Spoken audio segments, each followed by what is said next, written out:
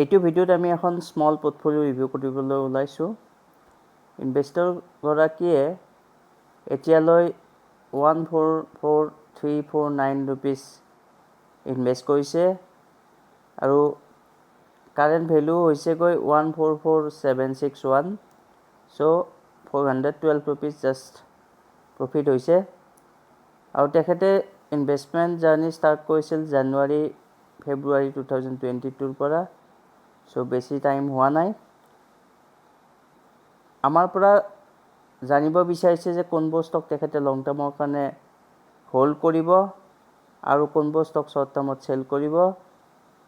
আৰু তেখেতে জনাইছে যে পাৰ মান্থ 15,000 to 20,000 তেখেতে এড কৰিব আৰু কোনবোৰ ষ্টকত এড কৰিলে ভাল হ'ব আমাৰ পৰা পৰামৰ্শ বিচাৰিছে। আহক আমি তেখেতে কোনবোৰ ষ্টক তেখেতৰ পোৰ্টফলিঅ'ত ৰাখিছে আৰু কোনবোৰ ষ্টক লং টাৰ্ম আৰু শ্বৰ্ট টাৰ্মত ভাল আমি চাই লওঁ। মই এইটো ভিডিঅ'ত মোৰ পৰামৰ্শ তেখেতক জনাম আৰু আপোনালোকেও যদি তেখেতক পৰামৰ্শ দিব বিচাৰে তেতিয়াহ'লে আমাৰ এইটো ভিডিঅ'ত কমেণ্ট ছেকশ্যনত জনাব। চ' প্ৰথম কোম্পানীটো হ'ল IRCTC। আমি বহুতবাৰ আমাৰ চেনেল ট্ৰেণ্ডি বুলছ অন ডালাৰ ষ্ট্ৰীটত IRCTC ষ্টকৰ কথা কৈছোঁৱেই। চ' এইটো এটা পাব্লিক ছেক্টৰ ৰেলৱে কোম্পানী, কেটাৰিঙৰ কাম কৰে আৰু এতিয়ালৈকে 20 কোৱান্টিটি লৈছে আৰু এতিয়া লছত আছে অলমষ্ট 1700 ৰুপিজ। চ' এইটো যদি আপুনি লং টাৰ্মৰ কাৰণে ভাবিছে তেতিয়াহ'লে হোল্ড কৰিব পাৰে আৰু যদি আপুনি বিচাৰে এতিয়া ভাল প্ৰাইজত ট্ৰেড কৰি আছে এভাৰেজিং কৰিব পাৰে। এভাৰেজ কৰিলে আপোনাৰ টোটেল ইনভেষ্টমেণ্ট এভাৰেজটো কমি যাব, গতিকে আপুনি হোল্ড কৰক লং টাৰ্মৰ কাৰণে আৰু তলত পালে আপুনি নতুনকৈ এড কৰক। নেক্সট এটা কোম্পানী আছে যিটো হ'ল খাদিম ইণ্ডিয়া।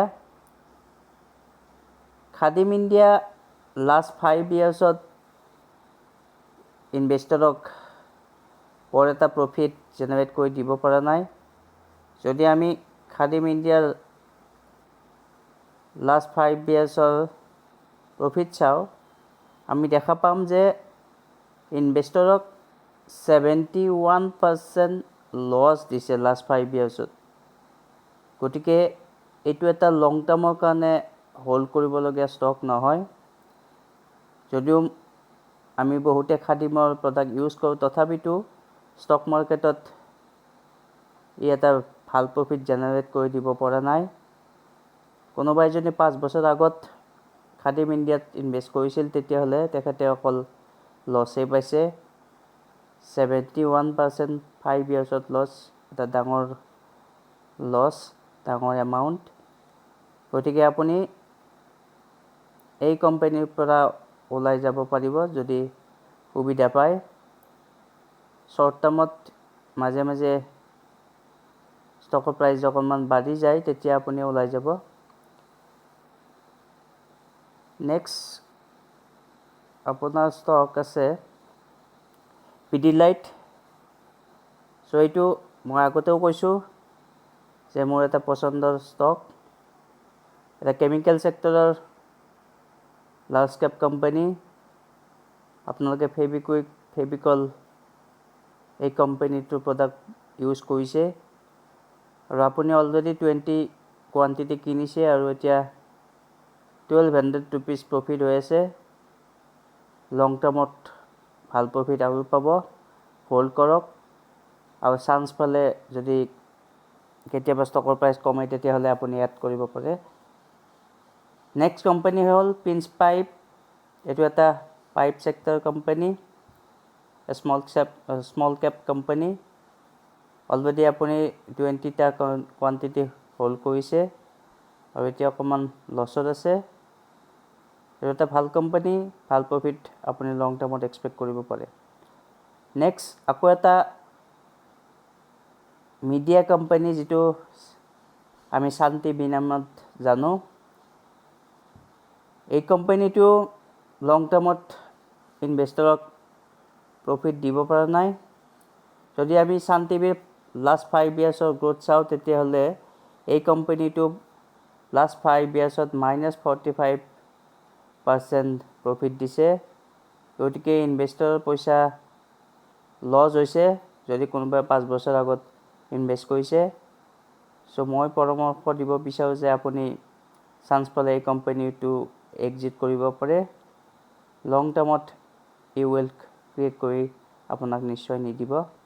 গতিকে শ্বৰ্ট টাৰ্মত আপুনি ওলাই যাব। আৰু নেক্সট আপোনাৰ কোম্পানী হ'ল ভিগাৰ্ড। চ' এইটো শ্বৰ্ট টাৰ্মত ট্ৰেডিং কৰিব পৰা কোম্পানী হয়, কিন্তু লং টাৰ্মত ভিগাৰ্ডেও আপোনাক ভাল প্ৰফিট জেনেৰেট কৰি দিব নোৱাৰিব। কাৰণ লাষ্ট 3 ইয়াৰ্ছত যদি আমি এই কোম্পানীটোৰ গ্ৰোথ চাওঁ তেতিয়াহ'লে 3.20% মাইনাছ প্ৰফিট জেনেৰেট কৰিছে। গতিকে এনেকুৱা কোম্পানীবোৰত আপুনি নিউজৰ ওপৰত কেতিয়াবা ওপৰত যায় তেতিয়া আপুনি শ্বৰ্ট টাৰ্মৰ কাৰণে ট্ৰেডিঙৰ কাৰণে কিনিব পাৰে, কিন্তু লং টাৰ্ম হোল্ডিঙৰ কাৰণে মই ভাবোঁ বৰ এটা ভাল কোম্পানী নহয়। গতিকে আপুনি এতিয়া অকণমান প্ৰফিটতে আছে। আপুনি যদি বিচাৰে এই কোম্পানীটোৰ পৰা ওলাই যাব পাৰে। লং টাৰ্মত এই ভাল প্ৰফিট আপোনাক জেনেৰেট কৰি দিব নোৱাৰিব। নেক্সট কোম্পানী হ'ল আপোনাৰ এটা bank sector company ICICI bank. Already আপুনি 50 কোৱান্টিটি লৈছে আৰু এটা ভাল প্ৰফিট অলৰেডি আপুনি পাইছে। 4,592 ৰুপিজ অলৰেডি প্ৰফিট হৈছে। আৰু এইটো এটা ভাল কোম্পানী, ভাল বেংক ছেক্টৰৰ company. HDFC, Kotak Mahindra, Axis আৰু ICICI মই আগতে আমাৰ ভিডিঅ'বোৰত কৈছোঁৱে।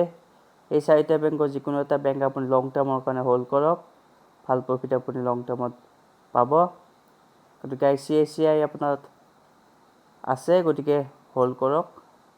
নেক্সট হ'ল ইনফোছিছ, আকৌ এটা লাৰ্জ কেপ IT কোম্পানী।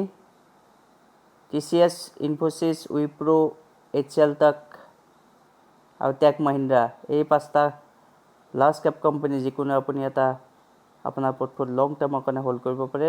যদিও আপুনি এতিয়া লছত আছে আৰু আপুনি যিহেতু কৈছে যে পাৰ মান্থ আপুনি 15,000 to 20,000 ইনভেষ্ট কৰিব, গতিকে ইনফোছিছত আপুনি এড কৰিব পাৰে।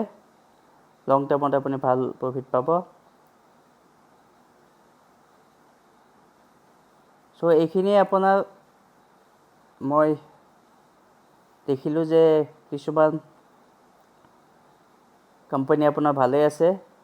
2-3টা কোম্পানী আপুনি শ্বৰ্ট টাৰ্মত ওলাই গ'লে বাকী সেইখিনি পইচা যদি আপুনি বাকী ভাল কোম্পানীত লগায় তেতিয়াহ'লে আপুনি লং টাৰ্মত ভাল প্ৰফিট পাব। কিছুমান ছেক্টৰ আপোনাৰ নাই, সেই ছেক্টৰ লিডাৰ ষ্টক যদি আপুনি আপোনাৰ পৰ্টফলিঅ'ত এড কৰে আপুনি ভাল প্ৰফিট জেনেৰেট কৰিব পাৰিব। চ' এইখিনিয়ে মোৰ ফালৰ পৰা ক'বলগীয়া।